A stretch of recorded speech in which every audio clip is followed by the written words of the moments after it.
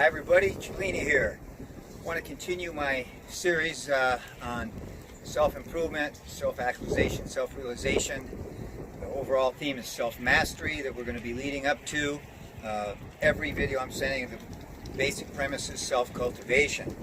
Now I've been chatting with a lot of people through email, phone chats, texts, and I'm finding one common thread. Now obviously we've all been locked down, COVID's been stressful for everybody. Everyone that's contacted me, there's been the one common thread, and that's they want to make positive changes in their life. It comes down basically self-improvement. Everything deals with the self in life. Everything we do, that's my philosophy. The old expression, we come in by ourselves, we go out by ourselves. So I tell my clients, be a little bit selfish, right? Not in a bad way, but everything I feel that my philosophy is that we do is for ourselves anyway. Now, if you're a philosophy student, you can argue that. And I've debated this in a fun way with people, and I've had people say, well, I don't do everything for myself. I do things for other people. I said, that's wonderful. I'm happy to hear that. I do things for other people as well. But that core you're really doing it for yourself. And I'll ask them, I'll say, well, listen, well, give me an example. Well, I'd like to do this for my wife. Why? Well, so I can make my... Oh, what's that word? Second word? So I can make my wife happy. It comes back, so I can. Back to the self. So you can feel self-fulfilled that you made your wife happy, or you did something for your children, or for your boss, or for your company. But it all comes back to us.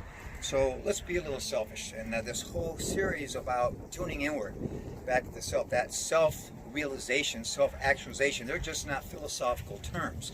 They deal with the self. Self-realization. You start doing Tai Chi or doing whatever process it is that makes you realize things about yourself. You start growing. That's a knowledge. You can self-cultivate that way. It's self-growth. Self-actualization. You get actualized. You fulfill yourself in what you do. One of the big problems that I see, though, in people not reaching those states is, number one, you need to set a goal. You need to have a goal. A lot of people do set those goals and have their goals, but they don't implement that. Implementation is very important. So you have to find a way to implement that goal. A big problem in that is that, and I hear this a lot from my clients, whether it be wellness, fitness, any goal they want to achieve, mind, body, spirit, whatever it is, harmony with the universe, right? Is they say, but you know what? I don't have the time. I don't want to hear that. I don't believe that. There's 24 hours in a day.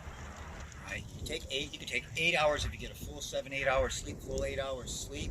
You still have 16 hours left. 8-hour work day, even a 10-hour, that gives you 6 to 8 hours.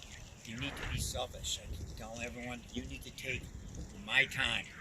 I'm Jeffrey. I need to take Jeffrey time. Very, very important so I can fulfill myself. Now, let's get back to implementing that goal. First thing you need to set, I have 4 tenets in life. They apply to everything. If you've been around the block a little bit, you've achieved anything in life, I'll guarantee you're practicing these or somewhat have achieved these or know these. I haven't coined these terms. Number one, you set realistic goals. You have to be realistic in what you want to do. I want to lose 60 pounds. I say, great. It takes 60 months to do it. Or 30 months, but be realistic. Don't expect me to get you ready for your August pool party. It's not going to happen. You have to set realistic goals. Number two, moderate what you do. If you're in your car and you're driving, you got pedal to the metal all the time, one of 3 things is going to happen. Ticket, accident, and or death. Not good scenario. So if you want to have moderation in everything you do, whether it's health, exercise, nutrition, your work, moderate what you do. Keep balance in your life. Probably the most important tenet of all of these, you set that goal, you moderate that even middle road path that you're taking. Now be consistent. Probably the most important premise in life. If you want to achieve your goal, be consistent in what you do. I'm always preaching in my videos, small changes. Small things become huge in the long run over time, which brings us to our 4th tenet. Longevity. Set those realistic goals. Moderate what you do. Be consistent daily in moving towards your goal. That, remember, journey of 10,000 miles to the mountaintop begins with 1 step, but it's made 1 step at a time. Stay in the moment, the here and the now, and focus on that step. Remember to look back a little once in a while. When you get lost a little, bring that past knowledge with you, learn from your mistakes, take the good things, bring them with you, look ahead at that mountaintop, see where you're going, but focus on each step. All right, let's go back to that. I don't have time to implement those goals or to take the step each day towards a step. You need to make time for yourself. Be selfish. My time. Right? If you make time for yourself and you move towards inner harmony, you're going to be more harmonious with your family, with your friends, with your job, with the world around you. You need to make time for yourself. So everything in life is decisions. I talk to my kids, I train my kids. Choices and consequences. Everything in your life is based on the choices we make. You make positive choices, you can have positive consequences or results. Negative choices, we all know you're going to have negative results, negative consequences. So it comes down to the good old PMA, positive mental attitude. Get up in the morning and think about that goal. Get a positive attitude. Even if you take 1 inch step forward each day towards your goal, you will eventually get to that mountaintop, that journey of 10,000 miles. Keep that positive attitude. Attitude is everything. Choices are everything. And you have a choice to make that time, to do something for yourself every day. But it's up to you. No one else can do it for you. So make those choices. Be a little bit selfish. Take time for yourself. Make the choice to implement that goal, to move forward each day, even if it's one small thing. Make that time for yourself. Okay, getting back to positive attitude. Keeping that positive attitude. Glass is half full or half empty. Obviously, you want to see it half full. But again, it's a choice. It's your perspective on how you decide to see things in life. Your interpretation. Psychologists will call this, you can even have a self-fulfilling prophecy, but it's a subjective reality. It's how you see your world. Self-fulfilling prophecy is where, well, you see you're as a failure, you see you're going to fail, you will. If you see in your mind, you tell yourself how you are going to succeed, you reach that goal, you will. You will fulfill your own prophecy. Now, getting back to our physical art forms, we've been doing the Tai Chi, and we're going to get on to what I call the Zen art form. So we're combining mind, body, spirit. We're going to get back to the self. I have what I call the 5 S's, and the physical world is a very good place. We mentioned before, I mentioned before in my videos, to make things tangible. We can talk about all this great philosophy, the theories of everything I'm talking about, and it is. It's that ethereal dragon floating around that never comes down to earth and lights. But you do something like Tai Chi, washing dishes, Karate Kid, waxing the car, wax on, wax off, paint the fence, Zen flower arrangement, whatever it is. You take the physical world, and what you do is you practice these principles of life. Now these philosophies or theories, which are great, become tangible. These principles become real. When you get into the physical realm, like in the martial arts or this Tai Chi, what happens is we have the 5 S's. You start with yourself. And what you're doing, you can do it with mental activities, but again, it's more tangible with physical activities, exercise, martial arts, yoga, whatever it might be, Tai Chi Chuan. The first self is self-discipline. You discipline yourself, and that is that consistency. Moderate what you do, but do it daily. Do that practice daily, practicing the principles of relaxation, focus, meditation, harmonizing within yourself and with your surroundings, with your world. You practice the principle here, then when you're driving in your car, you'll harmonize. When you're at the office, when you're with your friends and family and loved ones, you'll learn to practice those principles and harmonize. So you start with the self-discipline. Let's look at the physical art form of Tai Chi. If you've tried to copy my videos, you've never done it, you start a movement, all right, you're disciplining yourself. There's this first self-discipline.